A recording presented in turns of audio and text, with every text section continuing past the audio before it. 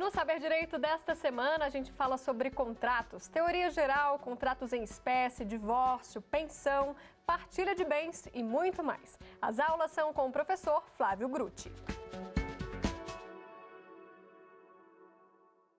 Olá pessoal, eu sou o professor Flávio Grutti e estarei com vocês durante 5 blocos. A minha matéria, Direito Civil. Eu costumo brincar que muitas pessoas preferem direito penal ou preferem direito do trabalho. Ok, são matérias importantes. Entretanto, o direito civil, ele é o mais importante. Sabem por quê?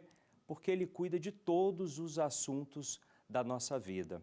Eu costumo brincar que o direito penal é muito bom nós conhecermos. Por quê? Para ficar bem longe do direito penal. Porque no momento em que o direito penal chegar na sua vida, é porque algo deu errado. Ao contrário, o direito civil, ele está presente em tudo que você faz.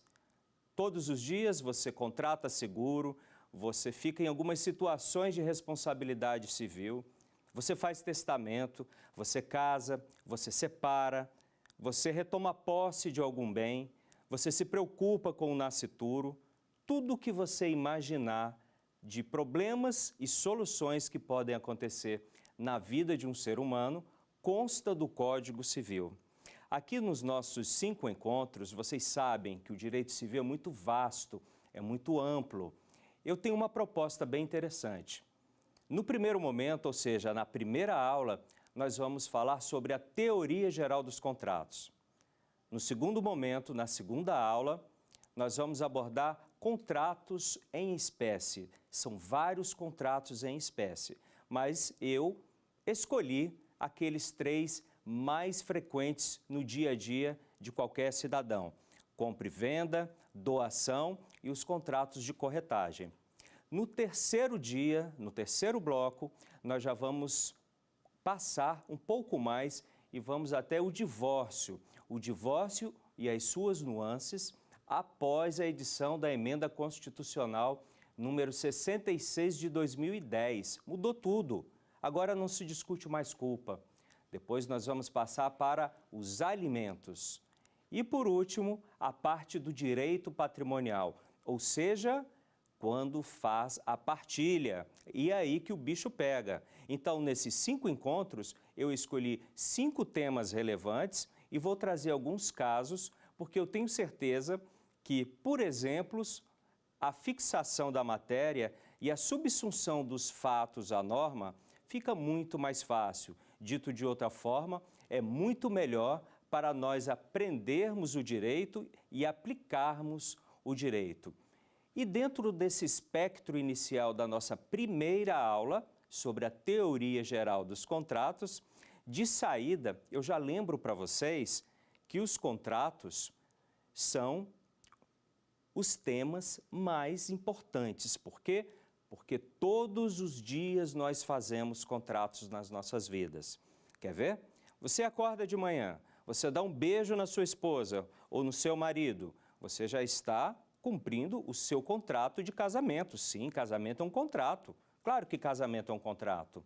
Se você vai escovar seus dentes, você usa o creme dental, você já tem um contrato à luz do CDC para eficiência daquele creme dental. Se você desce e exerce alguma função na área comum do seu condomínio, nós já estamos no direito condominial. E se você sai de casa, bate, e aí, de alguma forma, você tem que indenizar, nós já estamos de olho no contrato de seguro. E por aí vai. Para os advogados, é fundamental saber contratos, até para fazermos os nossos contratos de prestação de serviços advocatícios. E tenho certeza disso, são as matérias que mais são cobradas no dia a dia. É aquilo que faz parte da nossa vida. Dito de outra forma, é a vida como ela é. E aí nós temos que entender a teoria geral dos contratos. Como assim? Mudou tudo? Mudou. Sabem por que mudou? Porque o direito civil, hoje em dia, ele está mais humanizado. Nós não temos mais aquele direito civil patrimonializado apenas. Os contratantes, eles já não estão apenas numa bolha, sem saber ou sem se preocupar com o que acontece fora dessa bolha contratual. E aí é muito importante conhecermos aquilo que a doutrina chama de o novo contrato. E o que seria o novo contrato? O novo contrato, ele está mais harmonizado com a sociedade. Nesse espectro de humanização do contrato, nós temos que estar atentos a alguns princípios que são fundamentais. Os princípios de raiz constitucional, os princípios privados, o diálogo das fontes e a harmonização e horizontalidade dos contratos. Nós vamos explicar cada um desses pontos. Primeiro, a questão relacionada ao diálogo das fontes. O que seria o tal diálogo das fontes? Justamente, diálogo das fontes é a impossibilidade de nós interpretarmos qualquer norma de direito apenas na literalidade de determinado ramo. Explico. Se você vai interpretar um contrato que está previsto no Código Civil, você também tem que ter outro olho para o direito de defesa do consumidor, outro olho para a Constituição Federal e outros olhos, agora os dois, para o Código de Processo Civil, de forma que a interpretação das normas jurídicas tem que ser levado em conta todo o arcabouço jurídico. Há de se ter uma harmonização das regras. E nesse espectro nós temos a horizontalidade dos contratos. A horizontalidade dos contratos, na doutrina moderna, tem outro enfoque. Nós sempre pensamos em horizontalização e verticalização. Quando você tem, por exemplo, um contrato administrativo, os contratos públicos, nós sempre temos aquela ideia da supremacia do interesse público em face do particular, de forma que a administração pública estaria neste patamar e o contratado, a empresa, num patamar inferior. Adianto para vocês, essa ideia que ainda constam dos livros de direito administrativo mais antigos está caindo por terra, porque a tendência é a paridade, a tendência é o equilíbrio entre esses contratos. Agora, quando eu estou na seara dos contratos privados, aqueles que são celebrados pelos meros mortais, nós, eu, pessoa física, você, pessoa física, eu, pessoa física, você, incorporadora, por exemplo, de um imóvel, a horizontalização ela é encarada sob outro enfoque. Como assim? Na Constituição Federal, nós temos várias regras programáticas. A nossa Constituição, como vocês sabem, ela é muito ampla, ela é cheia de regras, ela desce a pormenores, mas muitos daqueles comandos são idealistas. É garantido a todos os cidadãos o direito à saúde, é garantido a todos os cidadãos o direito à segurança pública e por aí vai. Muito bem, o que seria a horizontalização nos contratos privados? Aquele entre mim e você, particular, entre mim e a empresa. Significa que aqueles princípios constitucionais, eles devem ser aplicados automaticamente às relações privadas. Não precisa mais termos aquele enfoque de que normas programáticas de preceitos constitucionais devem ser aplicados somente ao Estado, ou seja, o direcionamento das normas constitucionais não é feito apenas ao Estado, ele já é feito também diretamente para nós mortais nas nossas contratações. Quando eu digo nós mortais, é que diante de uma hipossuficiência nossa perante uma construtora, por exemplo, aqueles princípios constitucionais eles já são aplicados diretamente.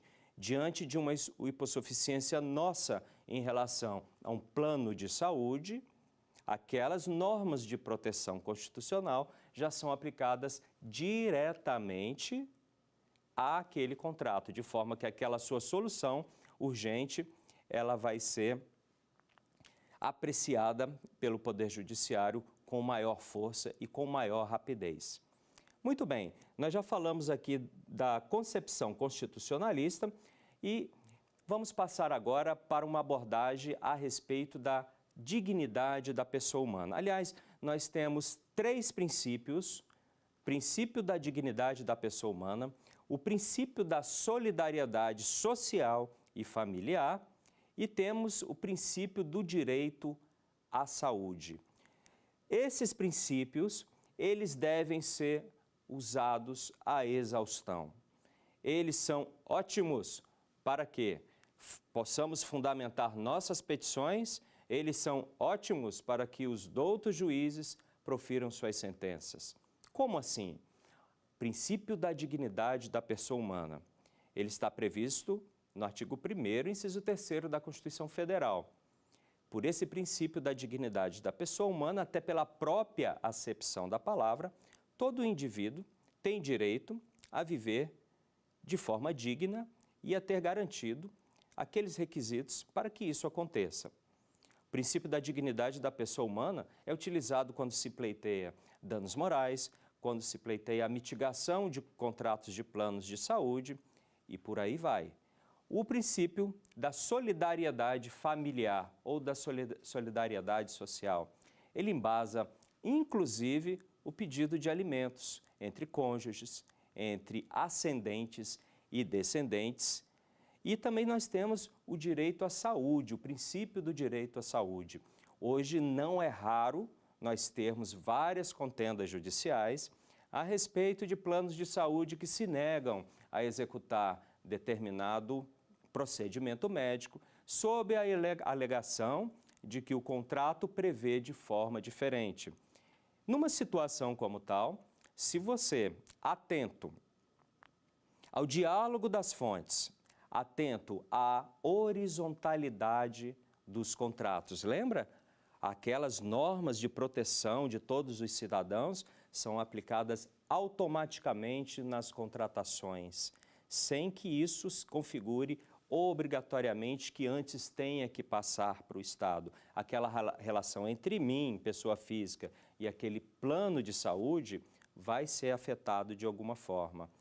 Portanto, numa situação como tal, se você faz esse tipo de fundamentação, você consegue ir longe.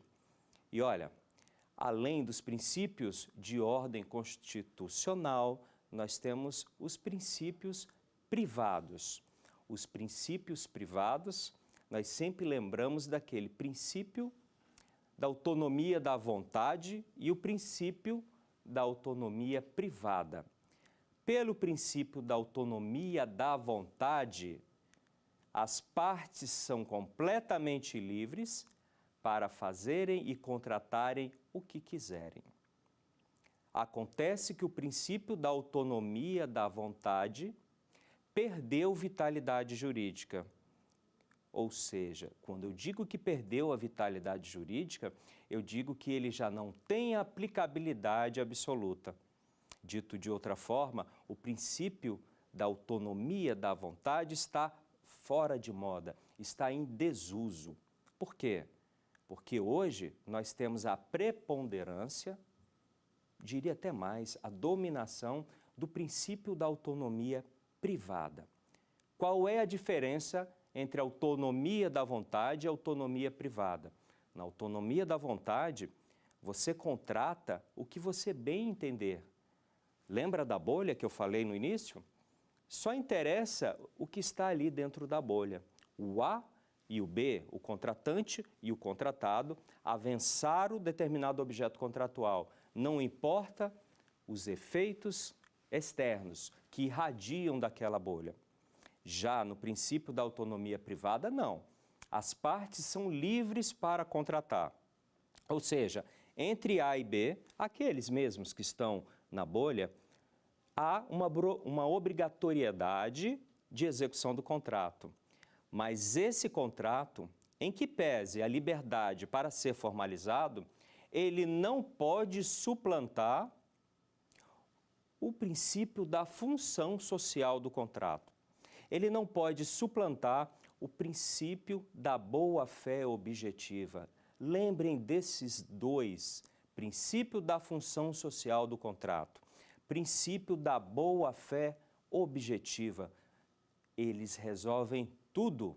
Se vocês que estão habituados a estudar direito colocarem esse argumento de pesquisa nos sites jurídicos do STJ, do Supremo Tribunal Federal, do seu Tribunal de Justiça local, vocês vão ver que vão aparecer milhares de julgados que foram lastreados nesses dois princípios. Mas nós temos que entender qual é o alcance do princípio da função social do contrato e qual é o alcance do princípio da boa-fé objetiva. Bom, primeiro, todas as vezes que nós estamos na seara desses dois contratos, nós temos uma intromissão do Estado. Essa intromissão do Estado chama-se dirigismo contratual. Dirigismo contratual. O que seria o dirigismo contratual? É justamente aquela possibilidade de o Estado se intrometer, de imiscuir-se naquela relação entre o João e a Maria, por exemplo, todas as vezes que houver, de certa forma, um desequilíbrio injustificado na paridade dos contratos. Porque os contratos, eles devem ter paridade, simetria. Isso não existe, por exemplo, meus amigos, nos contratos de adesão. Nos contratos de adesão, as cláusulas são impostas em bloco, aqueles contratos prontos. E quem vai contratar não tem nenhuma ou quase nenhuma possibilidade de fazer alguma alteração. Exemplo, aqueles contratos para aquisição de imóveis na planta. Eles são impostos pela construtora empreendedora, melhor chamando pela incorporadora, e você adere ou não, porque você não tem possibilidade de alteração. Portanto, nesses contratos de adesão não existe paridade, também não existe simetria. Mas é claro, nós vamos ver adiante alguns exemplos, que não quer dizer que eles não sejam imutáveis. Sim, numa situação de hipossuficiência, é possível que eles sejam alterados. Agora, vou dar um exemplo clássico. Eu sempre gosto em direito, meus amigos, de dar exemplos, porque os exemplos são fundamentais para que a gente consiga fixar na memória determinados institutos e, fixando na memória, na vida prática, você consegue fundamentar petições e você consegue evitar problemas para a sua própria vida. Imagina a seguinte situação hipotética. O João e a Maria, nossos personagens clássicos de sempre. João resolve locar um terreno, só terra nua, para Maria. A Maria, ela tem uma empresa de recolhimento de lixo hospitalar. Aquele contrato que for celebrado entre João e Maria, ele tem rigidez jurídica. É um contrato lícito, não é impossível, não é proibido recolher lixo hospitalar e despejar. Nós sabemos disso. João e Maria são capazes. Então, por que eu ia enfraquecer a vitalidade jurídica desse contrato? Eu explico. Suponhamos que Maria recolha aquele lixo hospitalar lá em determinado hospital e ela vai com o caminhão até o terreno que foi locado por João e simplesmente despeja. Não faz uma cova, ou seja, não faz um acondicionamento do lixo de maneira adequada. O que vai acontecer? Toda a vizinhança, toda a coletividade vai ficar em risco. Vejam, aquele contrato que foi celebrado entre João e Maria, ele não é ilegal. Entretanto, os efeitos que estão irradiando daquele contrato, quais são os efeitos? O acondicionamento inadequado de lixo hospitalar estão colocando em risco a saúde e a vida de toda uma coletividade, de toda a vizinhança. Lembra que eu falei que pelo princípio da autonomia privada, que é o que prepondera no direito brasileiro, as partes são livres para contratar. Entretanto, nós temos que nos preocupar com o que está acontecendo fora da bolha, quem está em risco. E todas as vezes que isso acontecer, o Estado deve se intrometer. ele deve cortar esse mal que está sendo produzido. Ou seja, prevalece a coletividade em detrimento daquelas partes contratantes. Isso é o efeito do princípio da função social do contrato.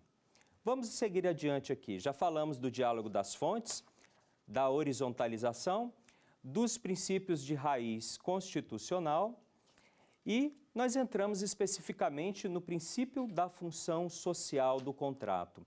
O princípio da função social do contrato consta do artigo 421 do Código Civil. Agora, esse artigo 421 do Código Civil sofreu recente alteração pela Lei 13.874 de 2019. Essa lei, fundamentalmente, trouxe a Declaração de Direitos da Liberdade Econômica. Meus amigos, é uma legislação muito recente que alterou alguns artigos do Código Civil e teve como função facilitar o empreendedorismo. O nosso objetivo aqui hoje não é dissecar essa lei, é apenas verificar prima facie qual foi o efeito dela em relação ao dirigismo contratual. Como assim? Qual foi o efeito dessa liberdade econômica em relação à função social dos contratos que vem sendo aplicado desde a edição do Código Civil vigente com muita força nos contratos particulares. Vejam, essa Declaração de Direitos da Liberdade Econômica tem 4 pontos que são fundamentais e que nós temos que ter em mente. O primeiro é a garantia da livre liberdade econômica. Hoje em dia, para você empreender, há menos burocracia. Existe até uma aceitação tácita da administração pública se for desidiosa, se for morosa na autorização. Isso foi muito bom, inclusive, para as startups. Existe uma intervenção subsidiária mínima do Estado, donde se conclui que o Estado, em princípio, por que eu digo em princípio? Porque a legislação é nova, os julgadores, os doutrinadores, a jurisprudência como um todo, ainda não se posicionou com firmeza a respeito da sua aplicabilidade nos contratos privados. Portanto, a intervenção do Estado nos contratos agora é mínima. É o princípio da intervenção mínima nos contratos, ou seja, as partes estão com maior liberdade para contratar e impor as suas condições. Outro ponto é o reconhecimento da vulnerabilidade do contratante ou do contratado perante o Estado. Essa questão da vulnerabilidade está muito interligada à questão da hipossuficiência. A hipossuficiência é a parte mais fraca. Abrindo só um parêntese, a hipossuficiência, ela pode ser de ordem financeira, ela pode ser de ordem financeira e técnica ou de ordem apenas técnica. Sempre pedimos para inverter o ônus da prova, considerando a hipossuficiência do consumidor, ou seja, que ele está mais fraco perante o poderio de determinada empresa. Mas vejam, qual foi a diferença desse 421? Foi introduzido por essa lei 13.874 um finalzinho que diz o seguinte: nas relações contratuais privadas, eu falo do artigo 421 com a nova redação, prevalecerão o princípio da intervenção mínima e a excepcionalidade da revisão contratual. Ou seja, a questão da intervenção mínima significa que o Estado vai deixar as partes mais livres. Não significa que vai abandonar as partes, não significa que não haverá tutela estatal. Tutela no sentido de cuidado. E também a excepcionalidade da revisão contratual. A excepcionalidade da revisão contratual tem a ver com alteração dos preços contratados. Qual foi a finalidade disso? Em muitas situações, havia o ativismo judicial no sentido de que os juízes, em algumas situações, sob a alegação de que a parte mais fraca não tinha dinheiro, alterava substancialmente as condições de pagamento, prejudicando as empresas. É claro que há situações que o consumidor também pode estar errado e há situações que o consumidor também está certo. Cada caso é um caso. E o que aconteceu com isso? Por causa desse ativismo judicial exagerado no tocante à intromissão nas relações contratuais, as empresas começaram a acrescentar um plus nos preços. Ou seja, eles já vislumbram que naquele tipo de contratação é comum, é usual ou não é raro que o Estado, por meio do Poder Judiciário, altere as condições, causando algum prejuízo. E nisso já havia um aumento, uma multa naquele preço. O que se espera com isso é que, com a diminuição do Estado, da intromissão, entre aspas, mais uma vez, no Estado, que os preços, pelo menos, não sejam acrescidos artificialmente para evitar esses dissabores de uma eventual revisão promovida pelo Poder Judiciário, revisão dos preços. Agora, tudo está muito aberto ainda. Essa alteração é muito recente. Eu, particularmente, eu acho que o Estado continuará atuando naquelas relações contratuais que se mostrem sem paridade, sem similitude. Eu não tenho dúvida disso. Nós temos que esperar a jurisprudência para ver como que vai ficar. Agora, eu acho que essa declaração dos direitos, ela terá muito maior força quando se tratar de relações interempresariais. Nós, consumidores, continuamos com a tutela do Estado para essas relações desequilibradas.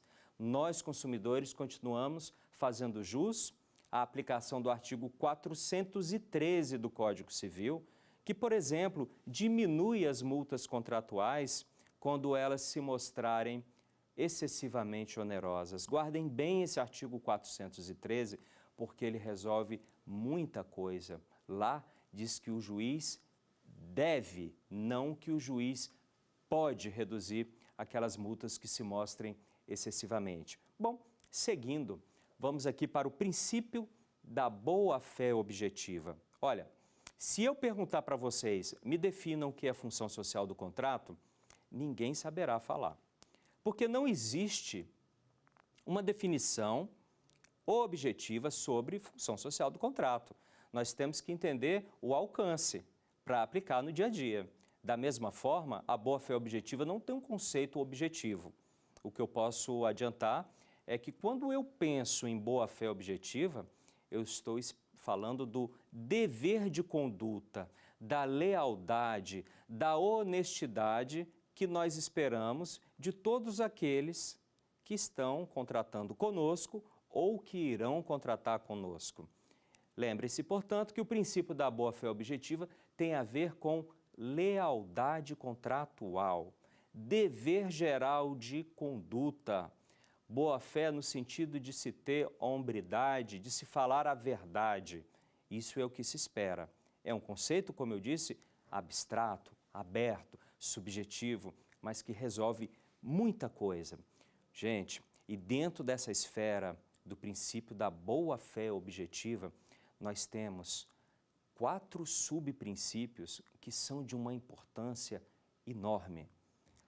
O nome é em latim. Nosso direito ainda está repleto de nomes de institutos em latim. É a venire contra factum proprium. Venire contra factum próprio. E lado a lado com a venire contra factum próprio, nós temos a suppressio, a surressio e a tu quoque. Nós estudamos esses 4 sempre juntos. Vamos lá? Venire contra factum próprio, o que seria? É a vedação ao comportamento contraditório. Suppressio é a supressão de um direito. Surressio é a aquisição de um direito que não estava originalmente previsto no contrato. E a tu quoque é a impossibilidade de você aventar alguma norma para querer algo, considerando que você mesmo descumpriu aquela mesma norma. Vamos dar exemplo? Dando exemplo, tudo fica mais fácil. Vamos começar aqui pela venire contra factum próprio. a vedação ao comportamento contraditório. Como assim?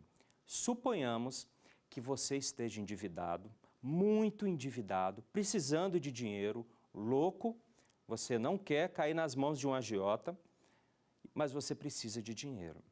Você chega em determinada instituição bancária, você consegue um mútuo bancário. O mútuo bancário é o empréstimo bancário. Mútuo é empréstimo de dinheiro. Ok, aquele contrato de adesão repleto de cláusulas pequenininhas que você normalmente não lê, você assina, pega o seu dinheiro e depois você vê que está muito alto e fala, não, eu tenho que pegar esse contrato, eu tenho que discutir esse contrato. Pode ou não pode? Depende? Depende. A jurisprudência flutua um pouquinho a respeito. Vamos lá, vamos clarear mais um pouco. Olha, esses contratos do particular, do pobre mortal como eu, como você, com a instituição bancária, é submetido ao CDC, ao Código de Defesa do Consumidor. Um dos princípios fundamentais do CDC é o dever de informação. Ou seja, o consumidor ele tem que ser informado de maneira clara, precisa e objetiva a respeito de todas as suas condições, principalmente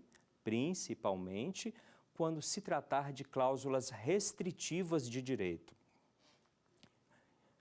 No ponto, vejam, aquela cláusula do objeto, aquela cláusula do preço e aquela cláusula que estabelece os juros. Se você assinar o contrato e essas cláusulas relativas aos juros não estiverem claras, não estiverem objetivas, não estiverem em destaque, você até tem alguma chance de futuramente você discutir aqueles juros que foram impostos. Agora, se essa cláusula que diz respeito aos juros estiver em letras garrafais, destacadas em itálico, ou estiver em negrito e você lançar a sua assinatura, a sua rubrica ao lado dessa cláusula, significa que restou fora de dúvida que você leu aquela cláusula, que você concordou com aqueles juros, ainda que eles sejam extorsivos.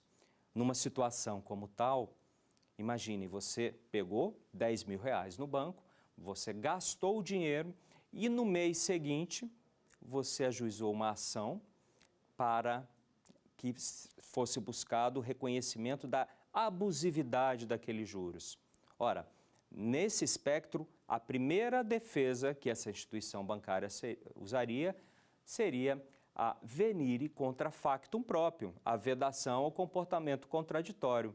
Porque se o consumidor leu, assinou o contrato como um todo, lançou a sua rubrica numa cláusula que estava negritada, em destaque, ele não pode, amanhã ou depois, buscar a revisão daquelas condições financeiras. Por quê? Porque diante da venire contra factum próprio, submergem dois princípios, a suppressio e a surressio. Para aquele consumidor, aplica-se a suppressio, a perda do direito de ele discutir aquela cláusula. Para a instituição financeira, temos o surressio. A instituição financeira conquistou o direito de aquela cláusula não ser mais discutida. Às vezes faz confusão. Eu sempre penso assim, suppressio com P de perda, surressio, sur com R de surgimento de um direito que não estava previsto. E assim você consegue matar a questão. Por outro lado, nós também temos a tu quoque. Tu quoque, lembra? É aquela situação que se você descumprir uma norma, você não pode exigir o cumprimento de um contrato, por exemplo, com base nessa mesma norma. Nesse sentido, eu elenco aqui o artigo 476 do Código Civil.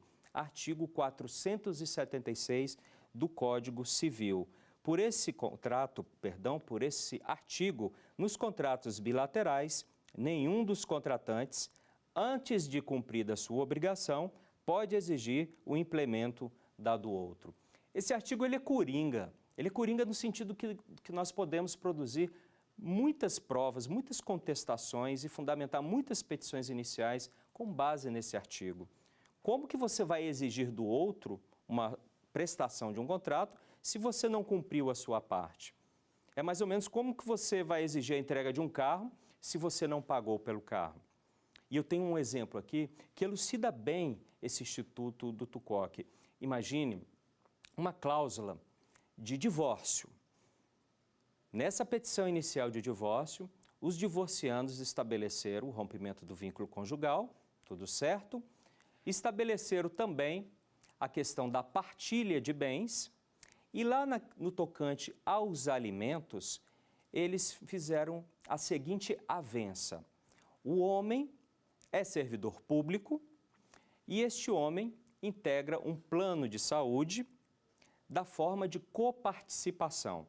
Porque nós temos aquele plano de saúde que apenas pagamos e o plano de saúde arca com todas as despesas, e nós temos aqueles com coparticipação, no qual você paga uma prestação mensal mais baixa, que normalmente é descontada do seu contra-cheque, e se houver, por exemplo, exames, procedimentos cirúrgicos ou atendimentos de consultas fora daquela rede credenciada, deve haver uma participação, uma contribuição à ordem de 10% a 30%. Muito bem, no divórcio dessas pessoas, aqui, essas pessoas hipotéticas, o homem falou o seguinte: eu manterei a minha ex-esposa no meu plano de saúde, eu pagarei o básico. Se houver algum tratamento com coparticipação, ela ficará obrigada a depositar a coparticipação na minha conta. Passaram-se alguns anos, o plano de saúde permaneceu sendo utilizado pela mulher, até que o homem foi no seu órgão empregador e cancelou automaticamente o plano de saúde da ex-esposa.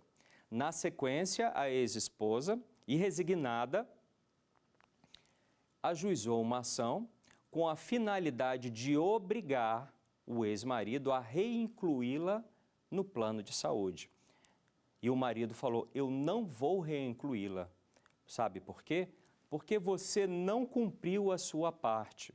A mulher: como eu não cumpri a minha parte? Você não me pagou. Aí a mulher: eu não fui notificada. E ele provou: você foi notificado. Por isso que eu cancelei. Aí eu pergunto para vocês: como pode essa ex-esposa recorrer ao Poder Judiciário para obrigar o marido a reincluí-la no plano de saúde se ela descumpriu a sua parte no contrato? Ou seja, ela não pagou a coparticipação. Numa hipótese como tal, o tribunal aplicou a Tucoc. A Tucoc que emerge da venire contra factum próprio. É um comportamento contraditório, você parou de pagar. Você perdeu o direito ao plano e depois você quer ser reincluída, e com mais força o Tucoc, porque ela está chamando à baila um contrato cujas condições foi por ela descumpridas. Nesse caso, aplica-se a Tucoc. Simples assim. Como vocês veem, nós temos a função social do contrato, o princípio da boa-fé objetiva. Deste princípio da boa-fé objetiva emergem 4 subprincípios que são salutares, são fundamentais para a resolução de qualquer causa venire contra facto próprio, suprécio, surrécio, Tucoc. Aprendam isso, aprofundem o estudo desses institutos. Vocês vão ver que sairão de muitas arapucas e de muitas armadilhas. Bem, seguindo, como nós estamos falando de contratos, eu vou avançar aqui um pouquinho e nós vamos falar de um ponto muito importante. Bom, contratos. Nós temos aqui de saída os 3 principais: os contratos de trato sucessivo ou de prestação continuada, nós temos os contratos de execução diferida e nós temos os contratos de execução instantânea. Contrato de execução instantânea. Eu comprei o carro, paguei para você o dinheiro, imediatamente você me entregou o carro. a execução foi instantânea. Por outro lado, eu tenho o contrato de execução diferida. Eu comprei o carro da concessionária, eu depositei o dinheiro, entretanto o carro chegará daqui a 30 dias. Numa situação como tal, eu protraí no tempo, eu coloquei pro futuro a entrega do carro, a execução desse contrato. E essa é uma execução diferida. E a execução de contrato de trato sucessivo, ou de serviços contínuos, ou de prestação de serviço continuado, até pela acepção das palavras, são aqueles que você todo mês paga uma prestação e você tem uma contraprestação. Como assim? Como assim? Como é que nós podemos fazer isso? Imagine que eu contratei uma empresa para prestar serviços de limpeza na minha empresa. Eu a contratei por 12 meses. Durante esses 12 meses, todo mês eu terei que fazer pagamentos contínuos, certo? Muito bem. Se eu estou pagando e o serviço está sendo bem executado, eu vou deixar que esse contrato vá até o fim e lá no final ele vai ter o seu término de maneira normal, por decurso de tempo. Agora, se durante a execução deste contrato houver inadimplementos sucessivos, eu poderei eventualmente antecipar a rescisão desse contrato. Numa situação como tal, eu vou promover a rescisão. A rescisão é a antecipação do fim do contrato. Agora prestem atenção, essa rescisão, ela é um gênero. E eu tenho, mais uma vez, duas espécies. Da rescisão, eu tenho a resolução, com O, resolução, e eu tenho a resilição, com I. Quando eu pensar em resolução, eu pensei em inadimplemento. Quando eu pensar em resilição, não houve inadimplemento. Primeira regra fundamental. Resolução, há inadimplemento. Alguém descumpriu o contrato. Resilição, não há inadimplemento. Quando você tem uma resolução, você vai celebrar um termo de distrato ou um termo de rescisão, não importa o nome. Quando você tem uma resilição, e aí você tem mais duas subespécies. Você tem a resilição bilateral e você tem a resilição unilateral. Ok? Eu estou na resilição, onde não houve inadimplemento, mas eu quero antecipar o fim desse contrato. E aí, nessa situação, eu tenho a unilateral e a bilateral. A mais fácil, a bilateral. Os contratantes, o João e a Maria, nossos personagens de sempre, eles resolvem por fim aquele contrato e assinam um termo de distrato. Pronto, acabou. Aquilo que ia acabar em julho de 2020 vai acabar em novembro ou dezembro de 2019. Agora, a resilição unilateral, ela necessita de uma notificação premonitória. Como assim, Flávio? O que seria uma notificação premonitória? Já viram aqueles contratos de diversos objetos que fica estabelecido assim? As partes reservam-se ao direito de antecipar o fim deste contrato, desde que uma notifique a outra com antecedência de 30, 60, 90 dias.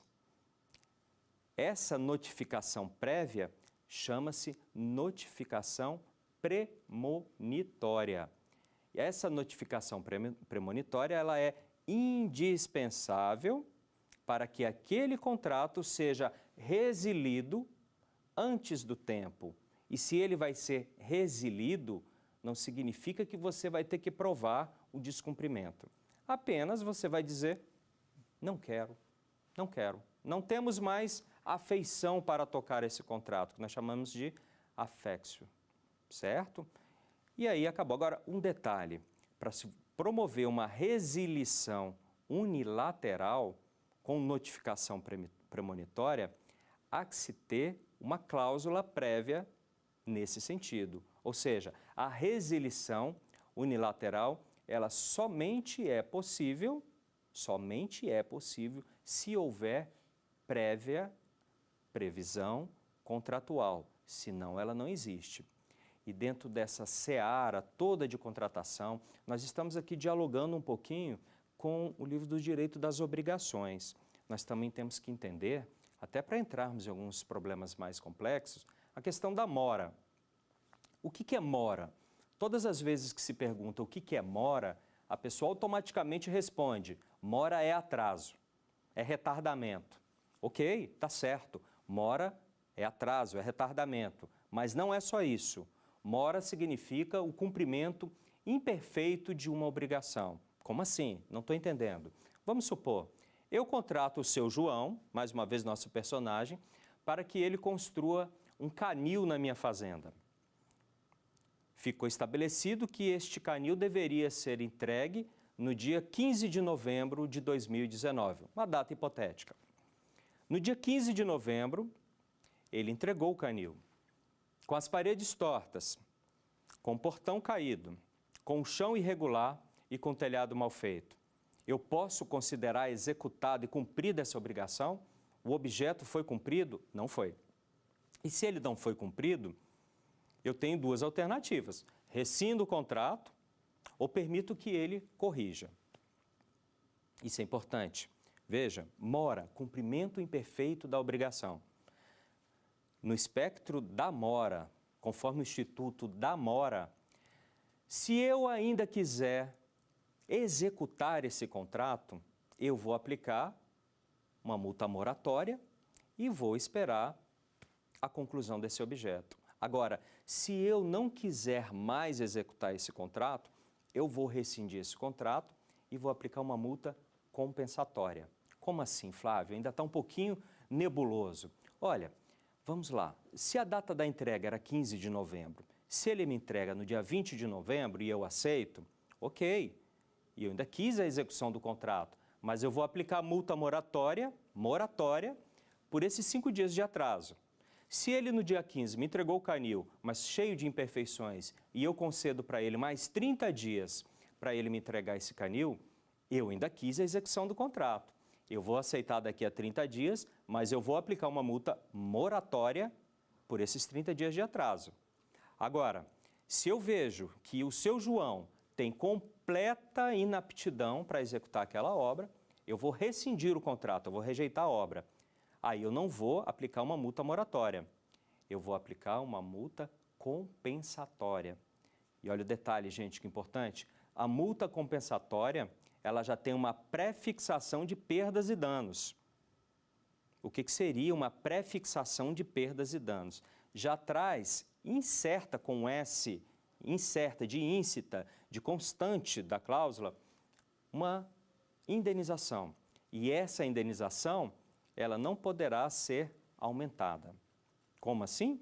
Vamos supor, se você tem uma multa moratória, ela tem uma base de cálculo menor e um percentual a ser aplicado nessa base de cálculo também menor, de forma que ela não se torne um locupletamento indevido. Agora, quando você opta pela rescisão do contrato, a situação muda bastante. Por quê? Porque essa rescisão do contrato vai ter uma multa compensatória, cuja a base de cálculo é bem maior e a alíquota ou percentual a ser aplicado também é muito maior. Logo, o valor da multa compensatória é muito alto. Por isso que já traz uma pré-fixação de perdas e danos. Nesta fixação de perdas e danos prévia, aquele prejudicado, aquele que recebeu a penalidade, o numerário, ele não poderá ingressar no juízo para querer aumentá-la, porque ela já foi pré-fixada. Por outro lado, o seu João, que vai ter que pagar a multa compensatória, ele sim, ele pode recorrer ao judiciário para, quem sabe, tentar afastar ou apenas diminuir o valor dessa multa compensatória. E ele vai invocar qual artigo? Lembra-se daquele artigo que eu falei do 413 do Código Civil, pelo qual o juiz deve, ao caráter de imperatividade, Não é pode, caráter de facultatividade, é deve. O juiz deve diminuir ou afastar multas que se mostrem diabólicas, excessivamente onerosas, que de alguma forma se revistam num enriquecimento sem causa ou um locupletamento indevido. Aliás, civilistas, não utilizem enriquecimento ilícito, porque remete a crimes. Vamos utilizar sempre enriquecimento sem causa ou locupletamento indevido. E o juiz, com base neste artigo 413, ele poderá, por exemplo, diminuir aquela multa de R$20 mil para R$10 mil, conforme a análise do caso concreto. E como que o juiz decide uma questão como tal? Com base nos critérios de equidade. Sim, equidade, consta do artigo 413. Equidade significa agir com justiça e razoabilidade ao caso concreto. O juiz, diante de uma situação na qual ele não tenha uma norma positivada específica para resolver a situação, ou, dito de outra forma, naquele caso que o juiz não tenha um artigo que possa ser aplicado com precisão para resolver aquela situação que lhe foi posta para decidir, ele aplica justiça ao caso concreto, com razoabilidade, com uma boa dose de proporcionalidade também, certo? Aí aquela multa, ela pode ser revista. Eu trouxe esse último caso aqui para vocês, para indagá-los a respeito de uma situação curiosa. Lembra, há poucos minutos, eu disse que aquela nova legislação, de alguma forma, poderia diminuir a intromissão do Estado, no caso o Poder Judiciário, nas relações interpartes. Não foi isso que eu disse? Também disse que essa nova lei, que alterou o artigo 421 do Código Civil, tudo indica, tudo leva a crer, que será aplicado com maior força nas relações interempresariais e não entre uma pessoa física comum, consumidor comum e uma empresa. Fica aquela indagação, será que nesse exemplo hipotético que eu dei do canil, o juiz poderá intrometer-se no valor dessa multa ou não? Até que ponto essa liberdade de contratar vai limitar a atuação do juiz em casos como tais? Eu não tenho dúvida, nessa situação, o juiz, com base no 413, ele vai se intrometer se ele for acionado. Por quê? Porque ele não perdeu a qualidade de hipossuficiente. Ele continua sendo a parte mais fraca numa relação consumerista. Ok? Vamos passar agora para o quiz, onde tem algumas perguntas muito interessantes.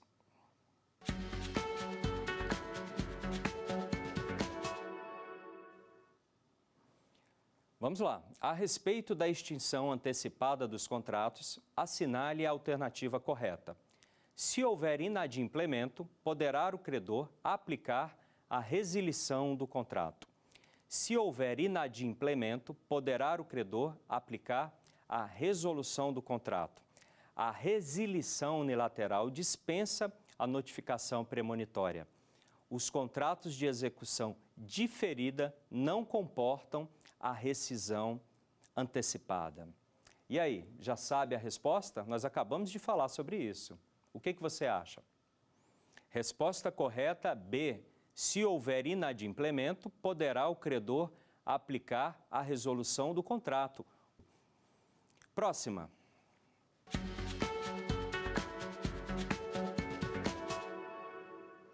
Sobre o princípio da boa-fé objetiva e os seus subprincípios, assinale a alternativa correta. Não é aplicável nos contratos de adesão. Os contratantes também devem obedecê-lo após o término do contrato. Avenire contra factum próprio sempre impede a rediscussão de cláusulas. A suppressio significa a aquisição de um direito não previsto no contrato. Muito fácil também. Já sabe a resposta? Resposta correta, os contratantes também devem obedecê-lo após o término do contrato. É o caso, por exemplo, de uma eventual quebra do sigilo de algum objeto contratual. Vamos para a próxima?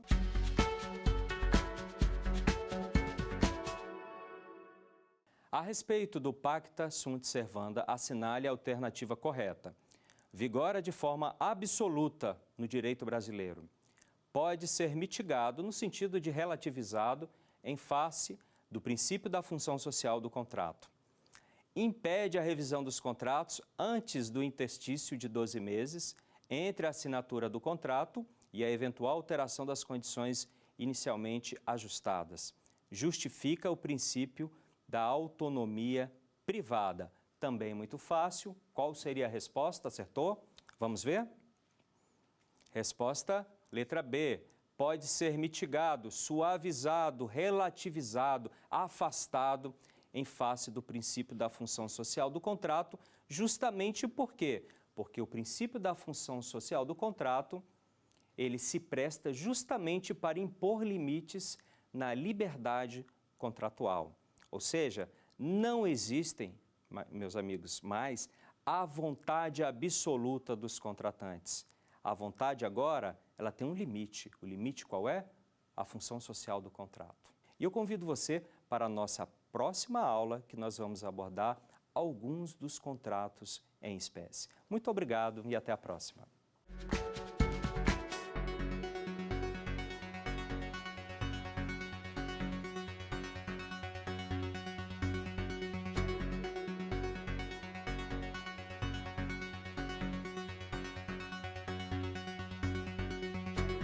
Quer dar uma sugestão de tema para os cursos do Saber Direito? É só mandar um e-mail para a gente, saberdireito@stf.jus.br. Ou então, entre em contato pelo nosso WhatsApp. O número é este que aparece na sua tela. Você também pode estudar pela internet. Acesse tvjustiça.jus.br. Reveja ainda as aulas no nosso canal do YouTube, TV Justiça Oficial.